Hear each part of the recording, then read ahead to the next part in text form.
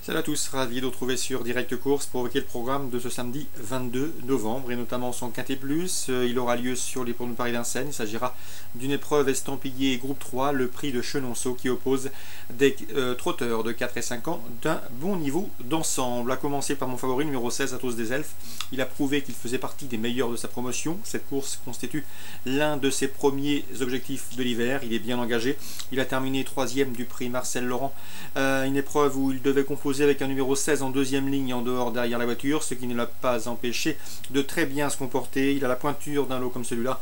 À mon avis, il devrait lutter pour le succès d'un cheval dur à l'effort, capable, si le besoin s'en fait sortir, de prendre la direction des opérations. Je me poserai numéro 6, Duke of Greenwood, un cheval qui fait partie des meilleurs de sa promotion dans son pays. Il est toujours présenté à bon escient par Peter Stupper. Le cheval a de sérieuses références également sur les ponts de Paris-Vincennes. Il revient donc dans le temple du trot avec de sérieuses prétentions. Le 17, Villeroy, qui évoluera sur un parcours à sa convenance. Il n'a plus à faire ses preuves en pareille société. Dans ces conditions, se protéger de Sébastien Garato, dérivé Eric Raffin, tandem qui fait feu de tout bois depuis le lancement du début du meeting d'hiver. Eh bien, ce cheval s'annonce redoutable, un ancien protégé de Jean-Étienne Dubois. Le 8, Stelton, n'a pas manqué ses débuts sur Trossol. Il a pris une excellente deuxième place, étant surtout battu ce jour-là par l'inspiration de Jean-Michel Bazir, qui l'a un petit peu bluffé dans le dernier tournant et a contenu son attaque pour finir. Ce numéro 8, Stelton, n'en demeure pas moins un cheval de tout premier plan. La tenue ne lui fait pas défaut et à mon avis dans ce lot, sa place est dans le quintet gagnant, même titre que le numéro 1, Taste of Bourbon. Taste of Bourbon, une pouliche de qualité. Elle sera déférée des 4 pieds pour l'occasion. Elle a terminé 3e du prix de Genève cet été à Enghien, où elle terminait dans le sillage de Athos des Elfes, notre favori. Dans ces conditions, une place est dans ses cordes. Attention également numéro 13, Vaul Vicomte, lui aussi a de sérieuses références contre les meilleurs et les cadors de sa promotion. Cela dit, je le préfère sur les parcours plus réduits, raison pour laquelle il ne figure qu'en 6e position dans ma sélection. Le 2, Moving On, attention à cette jument de qualité présentée Fabrice Soulois. Elle n'a jamais pu s'exprimer pour finir la dernière fois. Il convient donc de la racheter, car dans ce lot, à mon avis, elle qui possède une belle pointe de vitesse finale peut terminer 4e ou 5e, et ce à très belle cote.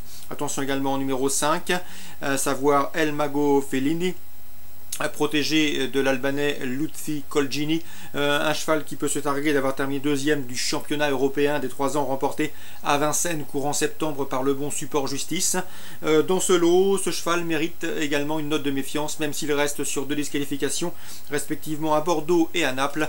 Il revient à Vincennes avec des ambitions, la méfiance s'impose. Résumé chiffré pour ce quintet prix de Chenonceau: 16, 6, 17, 8, As, 13, 2 et 5. La suite du programme à Vincennes, la première, je ferai très attention au 103 Belle des Landes. Elle débute autre montée.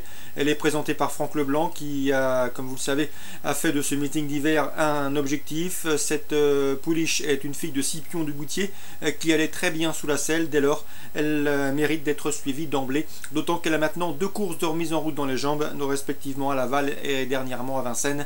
Elle peut faire tilt d'emblée pour ses débuts sous la selle. On lui posera le 109, à savoir Bechita du Gers, qui vient de s'imposer sur un parcours de la petite piste, mais qui avait terminé 4e de groupe 2 courant février sur le parcours qui nous intéresse. Attention également au 110. Dans cette épreuve, c'est Brindille de Mai qui n'a pas manqué ses débuts sous la selle, se classe en bonne 2e, finissant bien ce jour-là après avoir été prise de vitesse au moment du démarrage. Dans la première, 103, 109, 110. Dans la 6e, on retrouve au départ le 612 Teatro qui collectionne les bons résultats. Rien ne s'oppose à une confirmation de la part de ce protégé de la famille Bijon. Le 608 Trophée Djaba constitue toutefois un sérieux rival. Le cheval sera déféré des 4 pieds, contrairement à ses 2 dernières courses. Notez que sa dernière sortie pieds nus s'est soldée par un succès. Attention également pour une place au 609 Tornado de l'Océan. Le cheval est au mieux, comme en atteste sa 2e place obtenue récemment. C'était le 15 novembre sur un parcours de vitesse, mais il possède également de la tenue. Dans ces conditions, il faudra compter avec lui. Dans la 6e, je vous conseille le 608, le 609 et le 612 dans l'ordre du programme.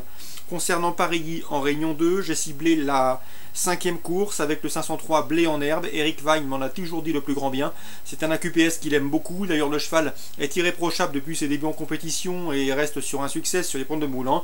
Un fils de Fragrant Mix qui ne devrait pas être dérangé par l'assouplissement du terrain. Dès lors, il devrait pouvoir confirmer son dernier succès. Ce sera mon favori, le 503 Blé en herbe. Je lui poserai le 501 Beau Star, qui vient certes de s'imposer dans un réclamé à Durtal, mais qui auparavant avait pris une 3e place dans un lot bien composé sur les l'hippodrome de Cran, où il devançait notamment le 502 B-Box, qui terminait ce jour-là battu, mais qui avait bien gagné auparavant à Pornichet, et qui est estimé par Eric Leray. Mieux vaut donc le racheter. Dans la 5e, priorité haute tableau, avec le 503 Blé en herbe, mon favori. Pour les places, je citerai le 1 et le 2 dans la 5e.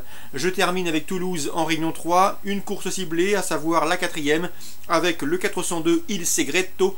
Le cheval vient de terminer 2e, et ce à la faveur d'une bonne fin de course du Critérium du Languedoc sur ce même parcours des 1600 mètres toulousains. Le cheval est resté bien. Sachez qu'il faut et qu'il est préférable avec lui de patienter à l'arrière-garde pour venir le faire finir.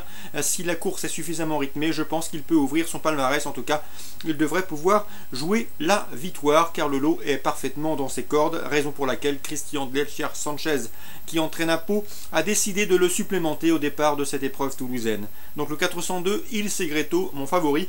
L'opposition, sans doute, elle viendra des protégés de Charles Gourdin, à savoir le 1 Al-Moutana et le numéro 3 Diamoni, qui affectionne tout particulièrement les terrains lourds. Il faudra donc surveiller l'état du pénétromètre pour cette pouliche. 402 Il Segreto, mon favori. L'opposition, l'écurie Gourdin avec le 1 et le 3. Excellent jeu à tous. Bon samedi et rendez-vous demain pour une nouvelle émission.